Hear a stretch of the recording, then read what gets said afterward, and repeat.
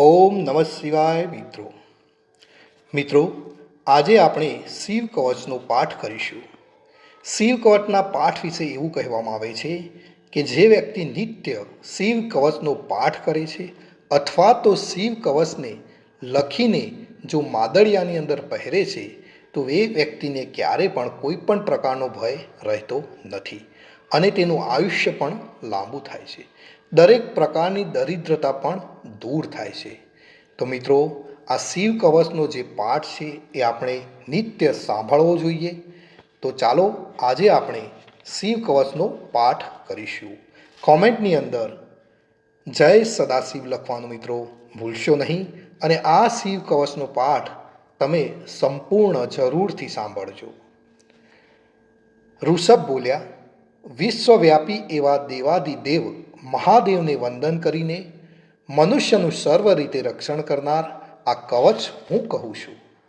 આ કવચ સ્થાન શુદ્ધ કરી દર્ભ, ઊન કે વસ્ત્રનું આસન પાથરી તેના પર બેસી ઇન્દ્રિયોને પ્રાણને નિયમમાં રાખી હૃદયમાં બિરાજેલા ઇન્દ્રિયોથી પર સૂક્ષ્મ અંત વિનાના આદ્ય એવા ભગવાન શંકરનું ધ્યાન ધરવું. કર્મ બંધનને દૂર કરનાર, ચિદાનંદમાં મસ્ત કરનાર, ઓમ નમઃ શિવાય મંત્રના ન્યાસથી મનને શાંત કરનારને સંસાર કૂવામાં પડેલ મારી રક્ષા કરો. મંત્ર વડે મારા સઘળા પાપોને દૂર કરો.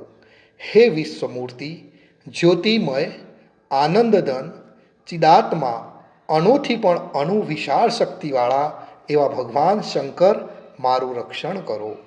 જે પૃથ્વી સ્વરૂપે વિશ્વને ધારણ કરે છે, જે અષ્ટમૂર્તિ છે, તે મારી ભૂમિ અને જળથી રક્ષણ કરો.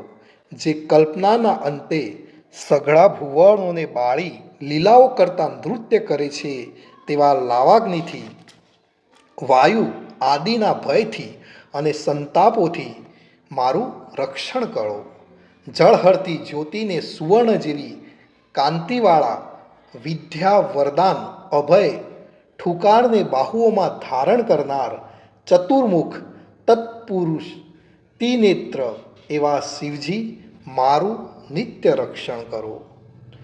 કુઠાળ, વેદ, અંકુશ, પાશ, ત્રિશૂળ, કપાલ, ડમરુ, રુદ્રાક્ષ અને સમસ્ત ગુણોને ધારણ કરનારા હે ચતુર્મુખ નીલકાંતિવાળા ત્રિનેત્ર અઘોર શિવજી દક્ષિણ દિશામાં મારું રક્ષણ કરો.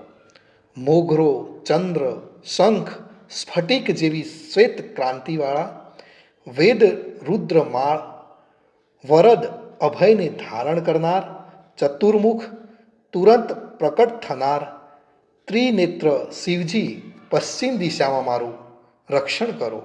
વરદાન, રુદ્રક્ષમાળ, અભય, ડમરુને બાહુઓમાં ધારણ કરનાર કમળતંતુ સમ ઉજળા ચતુર્મુખ વામદેવ શિવજી ઉત્તર દિશામાં મારું રક્ષણ કરો.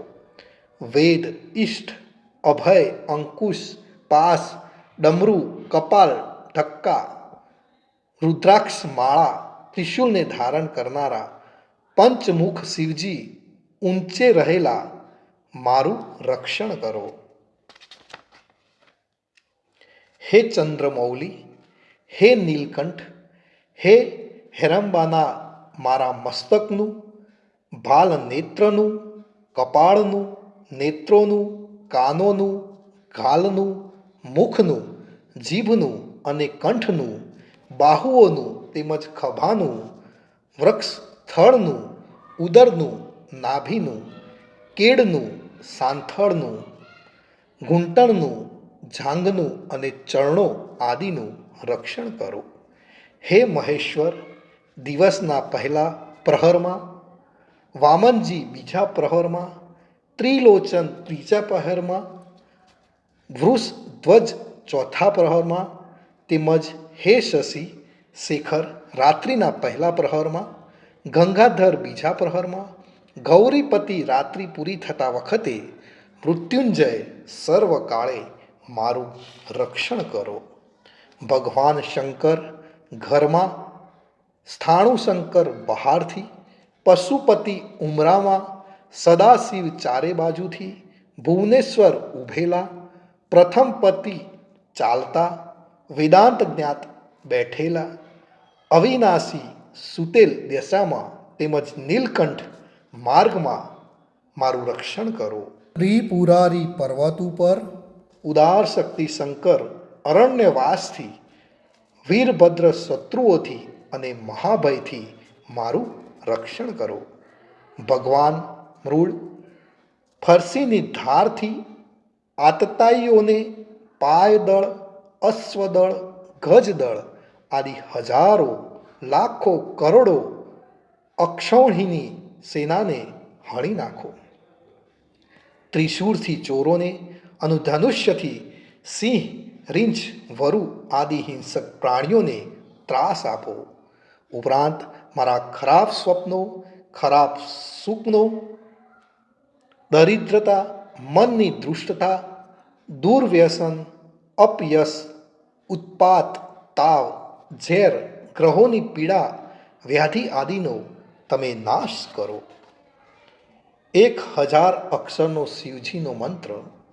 ભગવાન સદાશિવને મારા નમસ્કાર છે, જે તત્વરૂપ, મંત્ર સ્વરૂપ, યંત્રમાં રહેલ તંત્ર સ્વરૂપ સઘળા તત્વોથી દૂર છે.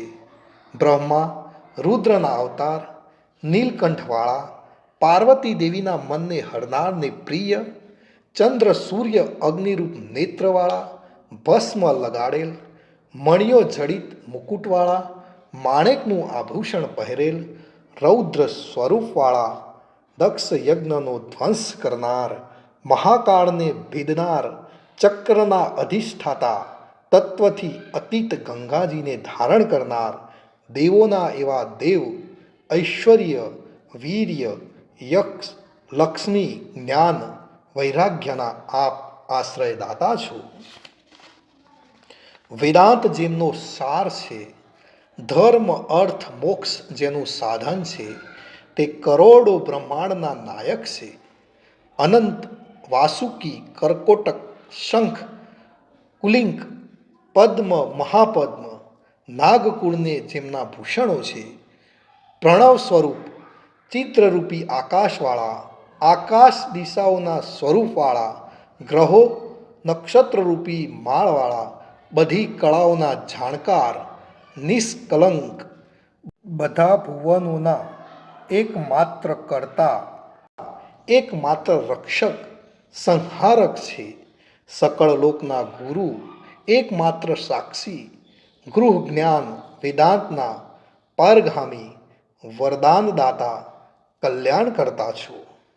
જેમના મસ્તકે ચંદ્ર શોભે છે, શાશ્વત નિવાસવાળા, નિરાભાસ, નિરામય, નિર્મળ, નિર્લોભ, નિર્મોહ, નિરઅભિમાની, નિશ્ચિંત, નિરહંકારી, સ્થિર, નિષ્કલંક, નિર્ગુણ, નિષ્કામ, ઉપદ્રવ રહિત, આંતક રહિત, સંપૂર્ણ સનાતન, નિષ્કારણ, નિષ્પ્રંચ, નિર્દંડ, નિરાધાર, નિરોગી, નિષ્કાંદ, નિષ્પાપ, નિર્ભય, નિર્વિકલ્પ, નિર્ભેદ, નિષ્ક્રિય, અનુપમેય, નિસંશય, નિરંજન, નિત્ય, શુદ્ધ બુદ્ધ, પરિપૂર્ણ, સચ્ચિદાનંદ, અદ્વિતીય, શાંત સ્વરૂપ, તેજરૂપ,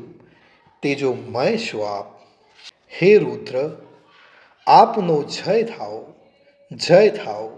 હે મહાભયંકર, મહાભૈરવ, હે કાલ ભૈરવ, હે કલ્પાંત ભૈરવ, આદિ ખોપરીઓની માળ પહેનાર, ખટવાંગ, તલવાર, ઢાલ, પાશ, અંકુશ, ડમરૂને ધારણ કરનાર, ત્રિશૂળ, ધનુષ્ય, બાણ, ગદા, શક્તિ, બિંદીપાલ, તોમર, મૂષળ, પરિધ, ભૂસંડી, સત્વની, ચક્ર આદિ આયુધને ધારણ કરનાર, ભયંકર ભુજાવાળા, હજારો મુખવાળા, દાઢોથી વિકરાળ મુખવાળા, ભયંકર અટ્ટહાસ્યથી બ્રહ્માંડને ધ્રુજાવનાર, સર્પો રૂકી કુંડલોવાળા, ગજ ચર્મ પહેરનાર, મૃત્યુંજય, ત્રંબક, ત્રિપુરાંતક, વિશ્વરૂપ, વિરૂપાક્ષ, વિશ્વેશ્વર, વૃષભ વાહનવાળા, બધી બાજુ મુખવાળા,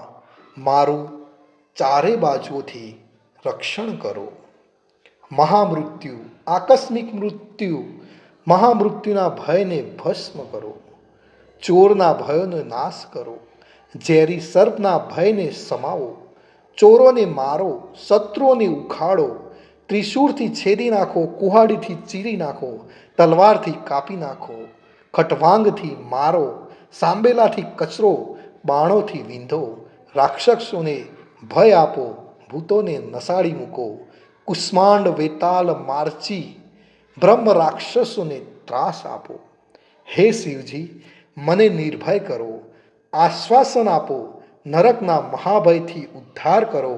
મને જીવ આપો, ભૂખ તરસથી બચાવો, દુઃખીને આનંદ આપો.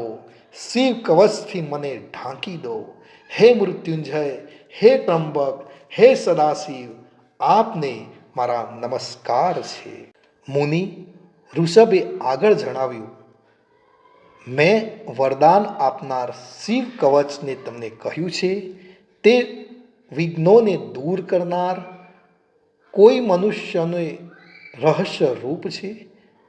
જે માનવ આ શિવ કવચનો નિત્ય પાઠ કરે છે, અગર તો લખીને તે માદળિયામાં પહેરે છે, તેને કોઈ પણ પ્રકારનો ભય રહેતો નથી. અલ્પાયુષી હોય તેનું આયુષ્ય લાંબુ થાય છે, દરિદ્રતા દૂર થાય છે, માંગલિક પદાર્થો મળે છે, દેવો પણ તેને પૂજે છે. તે મહાપાપો, નાના પાપોથી મુક્ત થાય છે, મૃત્યુ બાદ પણ મોક્ષને મેળવે છે. હે વત્સ, આ શિવ કવચને શ્રદ્ધાથી તું ધારણ કર, જેથી તું લદીથી શ્રેયને પામીશ. તો મિત્રો, આ શિવ કવચનો પાઠ આપણે શ્રાવણ માસની અંદર જરૂરથી કરવો જોઈએ અને બીજા લોકોને પણ કરાવવો જોઈએ. જેના માટે જો તમે આ શિવ કવચનો પાઠ પૂર્ણ સાંભળ્યો હોય તો તમારા ગ્રુપના 10 વ્યક્તિઓને આ શિવ કવચનો પાઠ જરૂરથી મોકલજો. કોમેન્ટની અંદર જય સદાશિવ લખવાનું ભૂલશો નહીં. જય સદાશિવ, જય સદાશિવ, જય સદાશિવ.